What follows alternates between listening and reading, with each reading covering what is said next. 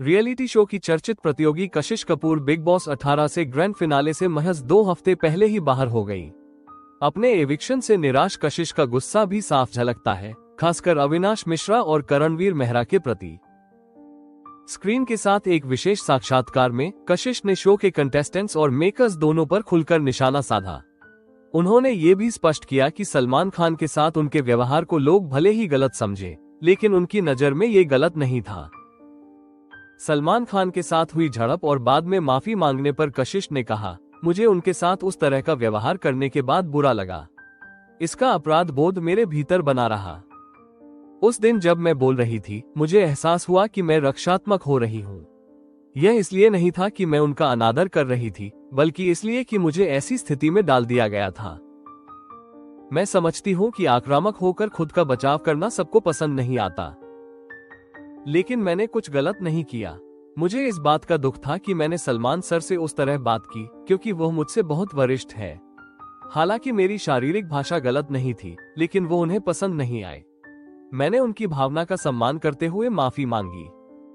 अविनाश मिश्रा के बारे में अपनी राय व्यक्त करते हुए कशिश ने उन्हें टॉक्सिक करार दिया। उन्होंने कहा, वो बेहद जहरीला है। मैंने यह बात शो में पहले ही दिन से महसूस कर ली थी।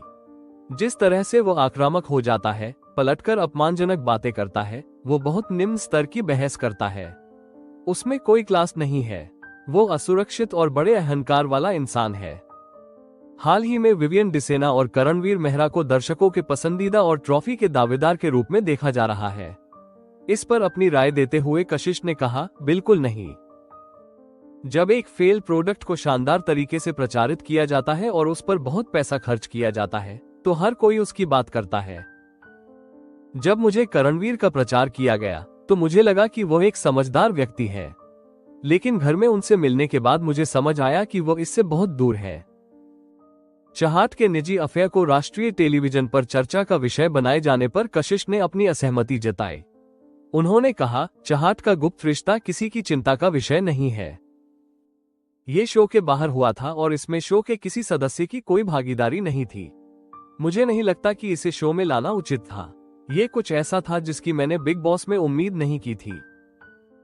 कशिश का यह इंटरव्यू उनके बेबाक और निडर व्यक्तित्व को दर्शाता है। बिग बॉस के घर में उनके सफर ने जितना विवाद पैदा किया, उतनी ही चर्चाएं भी।